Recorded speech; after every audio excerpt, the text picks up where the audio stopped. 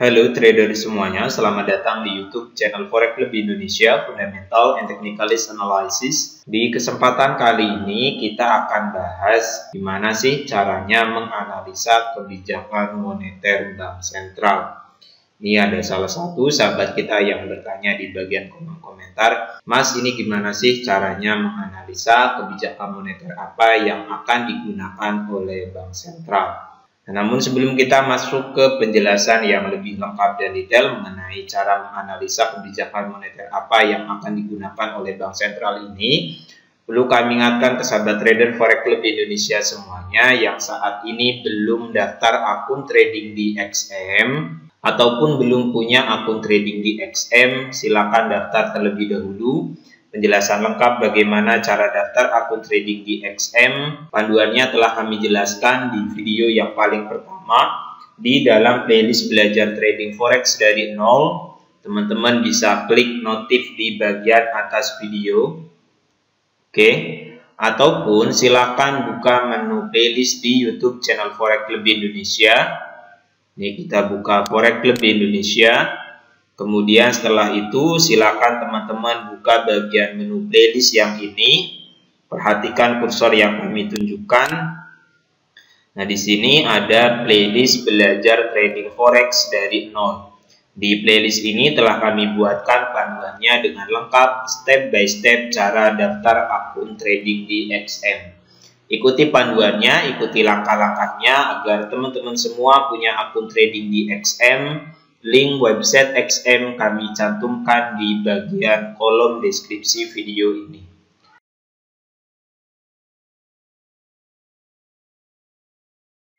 Oke, mari kita mulai saja bahas mengenai gimana sih caranya menganalisa kebijakan moneter apa yang akan digunakan oleh bank sentral. Ataupun langkah kebijakan moneter apa yang akan diterapkan oleh bank sentral dan apa pengaruhnya terhadap pergerakan mata uang negara yang bersangkutan. Sebelum itu kita buka terlebih dahulu aplikasi MetaTrader-nya. Ini kita pakai MT4XM.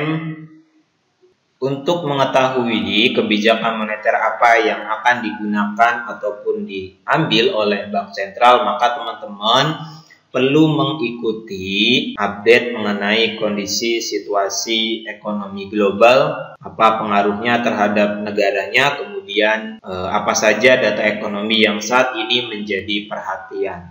Agar teman-teman lebih jelas, ini kita coba urutkan saja peristiwanya. Di tahun 2019, ini jalan ceritanya teman-teman, ataupun di awal 2020, itu kan COVID-19 mulai menyebar ke banyak negara, di mana efek dari penyebaran virus COVID-19 ini membuat ekonomi di banyak negara mengalami perlambatan karena penguncian yang dilakukan oleh banyak negara. Atas terjadinya peristiwa ini, kalau kita lihat Bank Sentral Amerika Serikat itu mengambil sebuah langkah melakukan program stimulus quantitative easing, mana ini sudah berlangsung selama 2 tahun. The Fed mengambil langkah ini dengan maksud dan tujuan untuk membantu roda perekonomian tetap berjalan saat pandemi COVID-19 ini mulai menyebar dan mulai menjadi sebuah masalah pada banyak sektor di negara. Dan efek daripada program stimulus yang dilakukan oleh The Fed ini sekarang mulai terasa, di mana karena sebab bank sentral mengeluarkan USD dalam jumlah yang banyak. Ini menyebabkan terjadinya sekarang inflasi atau hyperinflasi. Ini efek yang mulai dirasakan saat ini. Inflasi di banyak negara mulai naik. Kalau kita lihat datanya, data inflasi Amerika Serikat sekarang itu berada di level 8,2%. Yang ini sebelumnya 8,3% dan sempat berada di level 9,1%, level tertinggi selama 40 tahun ke belakang.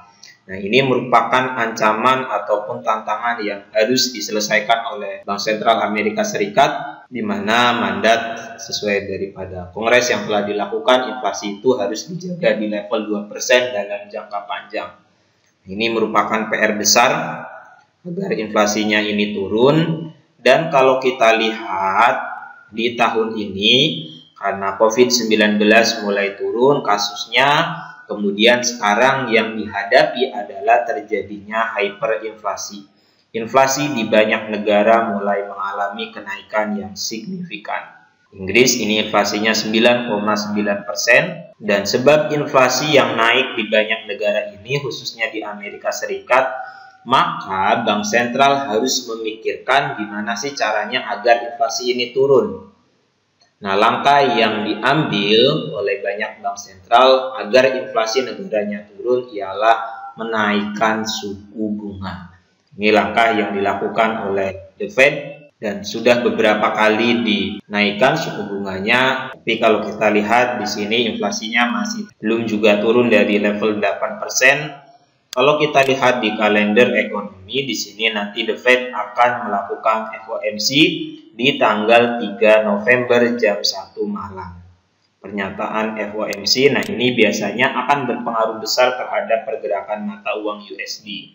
Nah, tadi kan kita ketahui bahwa inflasinya itu masih berada di level 8,2%. Ini harus diturunkan sampai level 2%, maka Bank Sentral itu harus menaikkan suku bunga. Dan kalau kita lihat di sini para pelaku pasar lebih besar peluangnya akan terjadi kenaikan sekitar 75 basis poin untuk FOMC nanti di tanggal 3 November. Ini loading teman-teman. Jadi seperti itu ya. Ini kan kalau kita lihat tidak ada data sebelumnya perkiraan dan juga aktual karena ini berkaitan dengan kebijakan moneter apa yang akan digunakan oleh Bank Sentral. Teman-teman yang ingin melihat kebijakan moneternya apa yang digunakan, buka saja website Bank Sentralnya. Ini yang The Fed. Buka di bagian kebijakan moneter.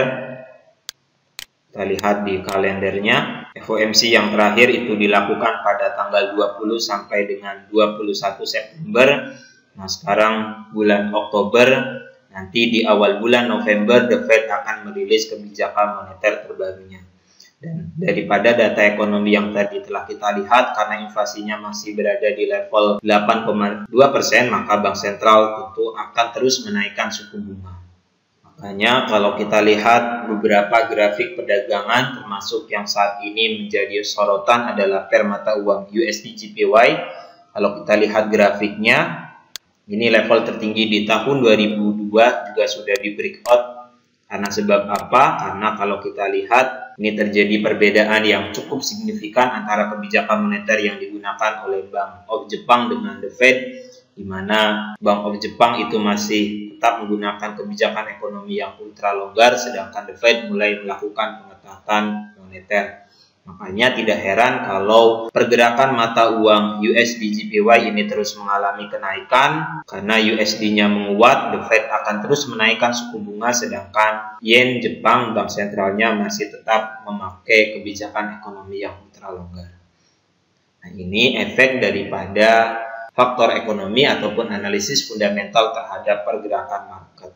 Dan kalau kita lihat pergerakan Euro USD ini juga masih melakukan penurunan. Oke, sudah mulai masuk ke area overbought. Ini kita telah analisis kemarin, di mana konflik geopolitik antara Rusia dan Ukraina ini juga menyebabkan terjadinya pelambatan ekonomi di kawasan Euro. Harga energi mengalami kenaikan, inflasi di Euro juga naik, dan tentu ini akan berakibat pada pelemahan ekonomi di kawasan Euro dan akan membuat mata uang Euro melemah dalam jangka panjang. Dan kalau kita lihat juga grafik perdagangan yang lain, ini USD masih menjadi mata uang yang saat ini masih setia dipegang oleh para trader dan investor karena rencana kenaikan suku bunga The Fed yang akan terus dilakukan sampai dengan akhir tahun 2022 ini. Kemungkinan ketika teman-teman menyimak pembahasan ini waktunya memang sudah berbeda karena kita berkaitan dengan jam tayang. Tapi pada intinya sama, teman-teman kalau ingin lihat kebijakan moneter apa yang akan digunakan oleh Bank Sentral, khususnya The Fed pada saat FOMC itu teman-teman harus mengikuti alur terjadinya peristiwa ekonominya.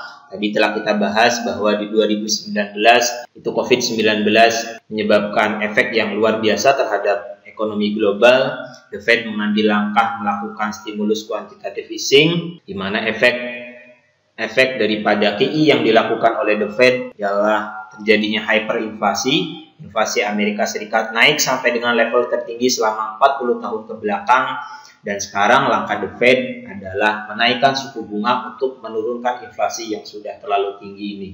Nah, kalau The Fed mulai melakukan pengetatan moneter, berarti mata uang USD-nya akan menguat. Seperti itu ya teman-teman.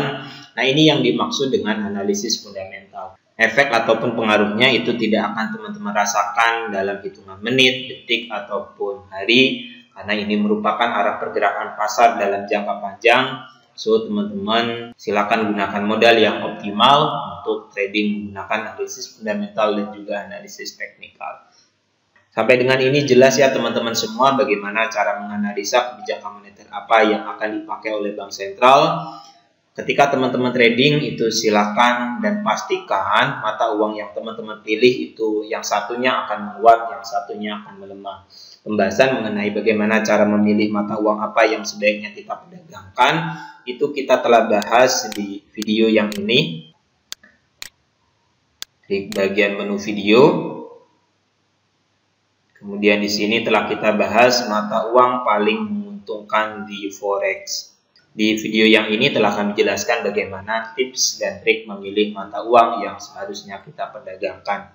Semoga bermanfaat teman-teman yang ingin belajar analisa fundamental lebih lengkap. Silakan buka menu playlist analisa fundamental forex. Selamat berjumpa di video selanjutnya. Terima kasih. Assalamualaikum warahmatullahi wabarakatuh.